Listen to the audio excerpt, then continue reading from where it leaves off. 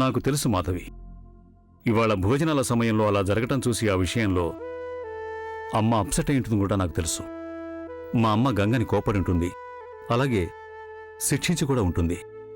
అవన్నీ తెలుసు కూడా మీరసలు గంగని మాట్లాడనివ్వలేదే. ఇంకేం చేయమంటావు మాధవి? బావగారు అక్కడుండగా అమ్మని ఆ విధంగా ప్రశ్నించటం, సంజాషి అడగటం బాగుంటుందా? ఒంటరిగా ఉన్నప్పుడు మాట్లాడటం వేరు. గంగ విషయంలో నేనెన్నోసార్లు అమ్మతో వాదన కూడా దిగాను. కానీ అదే బావగారి సమక్షంలో లేదు మాధవి. అమ్మ ఆలోచనలన్నీ పాతకాలపు ఆలోచనని ఒప్పుకుంటాను. అందుకే తన మాటలు నాకు చాలా వరకు నచ్చవు. అయినా ఇంట్లో బంధువులందరూ ఉండగా అమ్మని నేరస్తురాలుగా నేను బోన్లో నిలబెట్టలేను. పైగా బావగారేమో ఇంటి అల్లుడు. ఎంతైనా ఇది మా అమ్మగారి గౌరవానికి సంబంధించిన విషయం. అదైనా నేను జ్ఞాపకం ఉంచుకోవాలిగా. మరి గంగా?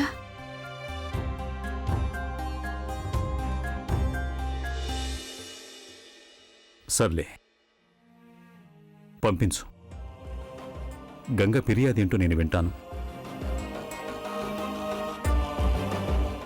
ఏంటి అలా చిరునవ్వులు చిందిస్తున్నావు? నేను చెడ్డవాణ్ణి, రాతిగుండి గలవాణ్ణి అనుకున్నావా?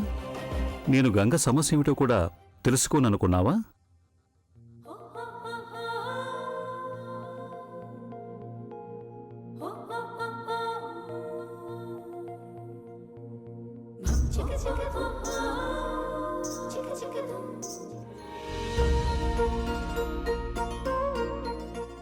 ఎందుకు నవ్వుకుంటున్నావు గంగా?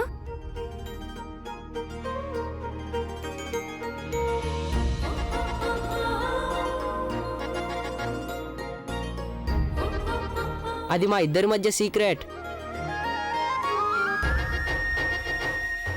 గంగా రావచ్చుగా, మాతో పాటు ఆడుకో. ఓ, లూడో ఆడుకుంటున్నారా? చూడండి, మీరంతా తొందరగా సిద్ధమైపోవాలి. మావయ్య గారు మీ అందరినీ చాట్ తినడానికి తీసుకెళ్తానంటున్నారు. చాట్? చిన్నా, మెల్లగా మాట్లాడు. తొందరగా వెళ్ళి తొందరగా వచ్చేయాలి. పరీక్షలు కదా, చదువుకోవాలి. లేదంటే నిరంజన్ నా మీద కోపగించుకుంటాడు. ఒకవేళ నాన్నగారికి తెలిసిపోతే? నేనున్నాగా. పిల్లలకి చాట్ ఇప్పించడానికి వాళ్ళ మావయ్య రోజు వస్తాడా? ఏదో ఒకరోజైతే వస్తాడు కాని.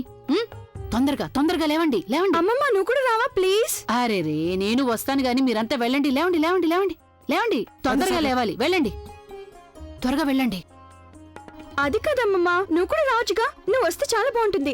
నేను ఈ ముద్ర మనోరాల్ని కదా, నేను చెప్తే కాదంటావా? అరే రే, ఎన్ని కబుర్లు నేర్చిందో ఇది. పద, అలాగే వస్తాలే, పద.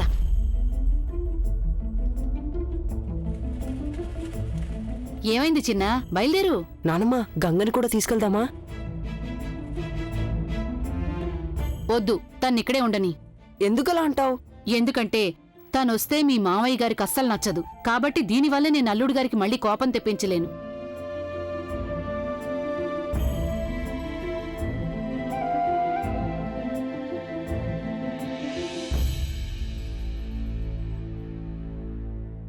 నువ్వెళ్ళు.